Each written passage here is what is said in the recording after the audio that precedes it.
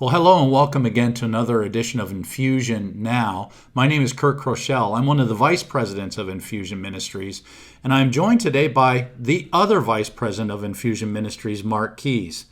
Now, Mark, I'm a Yankee, and in fact, the language here, Yankees are the ones that come and visit, but I'm a darn Yankee.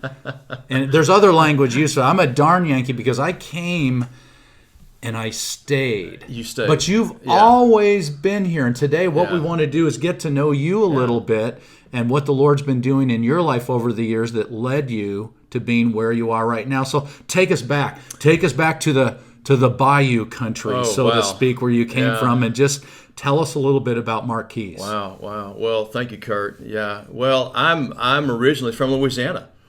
And so I love the South, and this is my home, and this is probably as far as north as I want to go. It does. This believe is North it or not, Country for you. It gets cold in Tennessee at times. It's a big deal. Yeah. So, but no, I love it here. I've been with Infusion 19 years. In fact, this month, it's interesting. We're sitting here today. I've been with Infusion 19 years, and quite a journey. But even before 19 years, there's a whole story there. Yeah. So do tell. Yeah. I was called to ministry in college back in '89. I had kind of got to a point. I was serving as a youth intern at First Baptist Church in Ruston, Louisiana. That's where I'm from.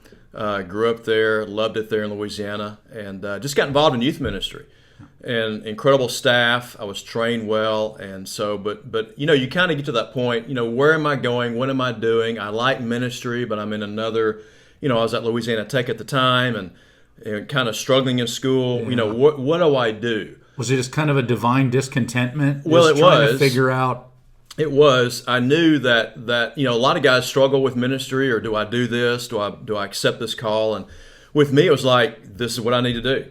Mm-hmm. And so I went right into it. I finished. At 90, I accepted the call going into ministry. I finished out my schooling there at Louisiana Tech, and then I headed over. I actually got out of the state and went to Texas.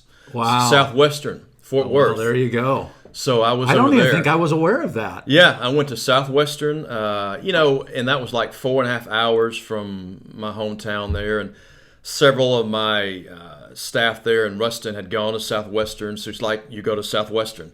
And that's just what you do. That's what you do. It's like Geico. That's just what you do. That's what you do. And I grew up grew up Southern Baptist in the Deep South. So there's a lot of, I talk a lot about grids. Oh, and yeah. So I had a grid there, Southern Baptist, Deep South. So there's a lot of things that were programmed that I learned, even from a Christian environment.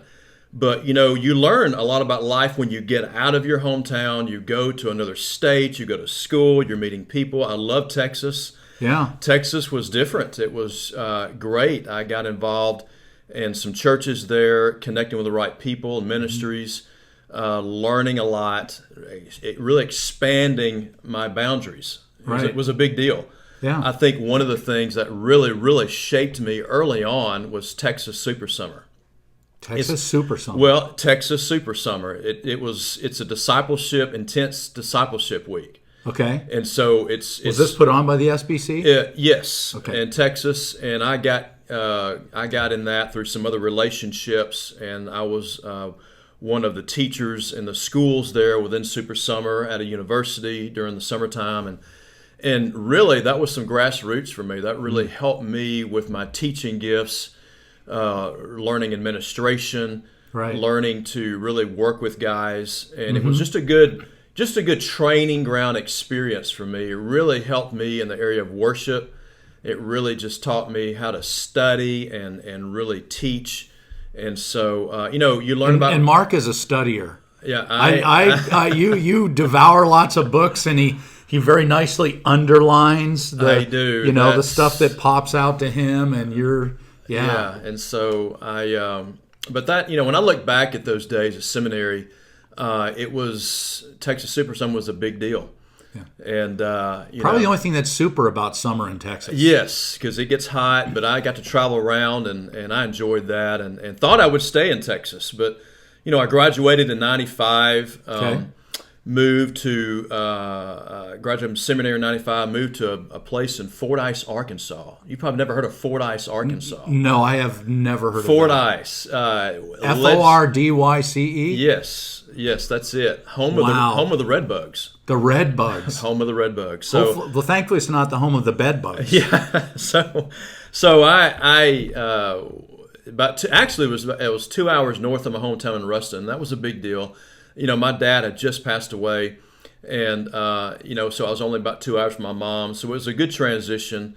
And so I went from all of these big things in Texas to a little remote community, small town of 3,000 people in Fordyce. Wow. So that was We've got churches here in this area with more people. Yeah, it was a big transition. My first youth ministry, claim to fame with that town, is the home of Bear Bryant. Really? So, yeah, that's a big deal. Holy ground at Redbug Field. And so that's another thing that I've learned here in the South, that Jesus is Lord and football is king. Yeah, that's the big thing with Southern roots. And so anyway, so I was there. Well. I was there 3 years, and youth ministry. I tell guys today, youth ministry. I saw some youth pastors recently, and I feel like the old guy now. But I tell guys, I said youth ministry was the best in the '90s. It really was, because that's when Christian music took off. Right. You had DC Talk, Audio Adrenaline. Yeah. Christian bands, those days. Yeah. Christian bands, worship music really just kind of took it to a new level. Right. And so that was the decade of the bands and the concerts, and you had remember it well. Yeah, and then Christian camps really expanded, to a greater level. And so I loved youth ministry in the '90s. It was great. And then in '99, May of '99, I received a call from my brother-in-law to come and help start a youth ministry in Mississippi. All right. In the Tupelo, Mississippi area, northeast Arkansas. Mississippi. So I knew that's what I needed to do. I knew that was it. I knew that's what we needed to do. And so we transitioned. We moved there, helped start a new youth ministry. Helped get a church established, which was a big deal. We met in a school at the time. It was a big thing. I tell ministers, I said, you need to help start a church once in your life. Yes. That'll really humble you. Yeah. That'll really get your attention about people and how to get things started off the ground. There's so much involved in that, so much faith involved in that. Yeah, it is. And so I moved to Mississippi in May of '99, and I remember something really changing. You have these stakes in the ground, these times in your life where it gets your attention of directions you're sent in. Right. I got spiritual markers. Right after I moved to Mississippi, I got a hold of "Stomping Out the Darkness" by Dave. Okay. Dave and Neil. And so I started reading that book, and it was like right after I moved there, which was very interesting. I'd heard about the book. But, I love to read. Yeah. I want to train myself. I want to help kids. And so I started reading What captured your attention about the book? Do you remember, if you were to say if there's one or two things that say, wow, this is a game changer for me? Well, what got me was it began to teach me my identity. It began to really teach me who I was. And I'd heard about the old nature, the new nature, and not a lot of deep teaching on that. But I began to, because here's what I wanted. As a youth pastor, I wanted to understand how to help young people. Yeah. And it did two things for me. It taught me how to help kids in teaching grounding doctrine in their life, but it also taught me who I was. And I wasn't really important expecting as a spiritual leader. Yeah, it really didn't. I didn't think about that when I was reading the book, but I began to think, wow, this is who I am. So I read that book, and I thought, I want to start teaching this with my students. Why not? You learn something, you teach it. Right. And so I began to teach that to my students. And this was back in going into 2001. So my ministry really began to be grounded in teaching identity and freedom. So I really made my midweek services focusing on really helping kids break free. Wow. And so that's what I targeted, because I kind of had a vision for that. I began to think, if these students are coming to church, what are they getting? What are they getting? I don't want to just come in and behavior modification. Yeah. Here's what you should do. Here's what you shouldn't do. Exactly. And, one of the things, I had a student come in, did a midweek service that really sent me in a direction of asking the question, what am I doing? It really helped me figure out, what am I doing in youth ministry? So I had a student come in, and you can tell when a kid's had a hard life. And this young girl she looked very worn. She was tired. Yeah. And she had her hair was stringy, it was oily, it was just, she'd had a rough go of it. And I remember her coming up to me after the service, and she was very honest. She wasn't playing a game. And we sat down, and she said, I just want to talk to you. And I said, what's going on? She says, I've been rejected. I've been kicked out of my house. I've been abused. I've been involved in the occult.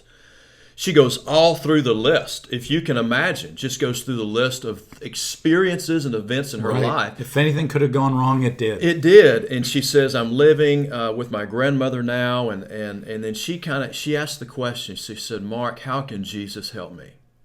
She was being very sincere. Yeah. She wasn't trying to play tricks. She wasn't trying to get attention.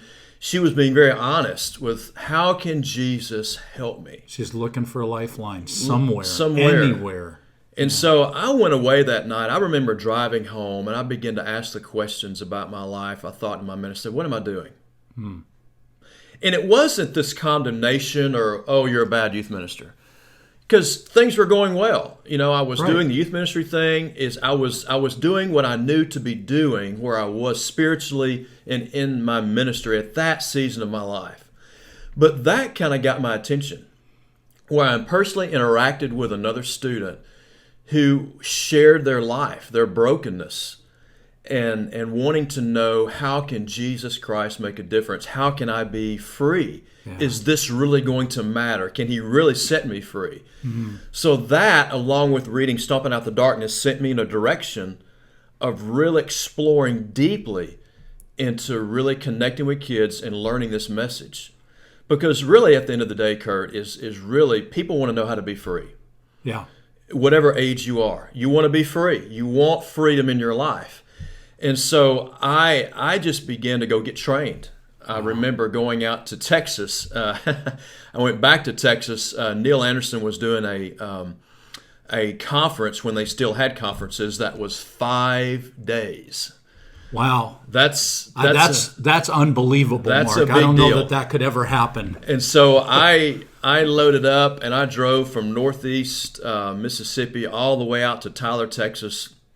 Neil was doing a identity freedom, I think it was called Living Free conference at the time, and I was all by myself. I just went out there. I thought, I'm going to go get trained. I need to get away. I want to learn about what the steps to freedom are. All these things, I've been reading about. I want to do this face to face. Yeah. So, and then I remember going into a workshop on that Saturday, and there walks in Dave Park. Dave Park.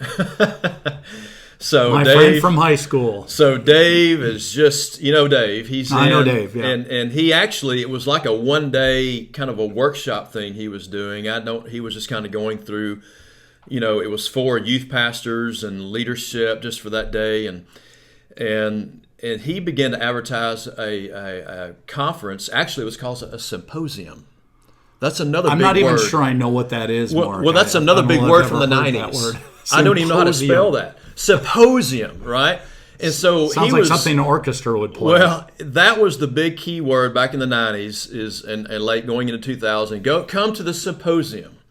And so he was putting together a week-long training in Chicago in that following spring. And I thought, I need to do this. Yeah. It's something just really triggered with me. I need to do this. So me and another buddy in March of 2001 went to Chicago. Okay. And we went up there, got trained. Everybody kept telling us, "Hey, why don't you talk a little bit more? We like you."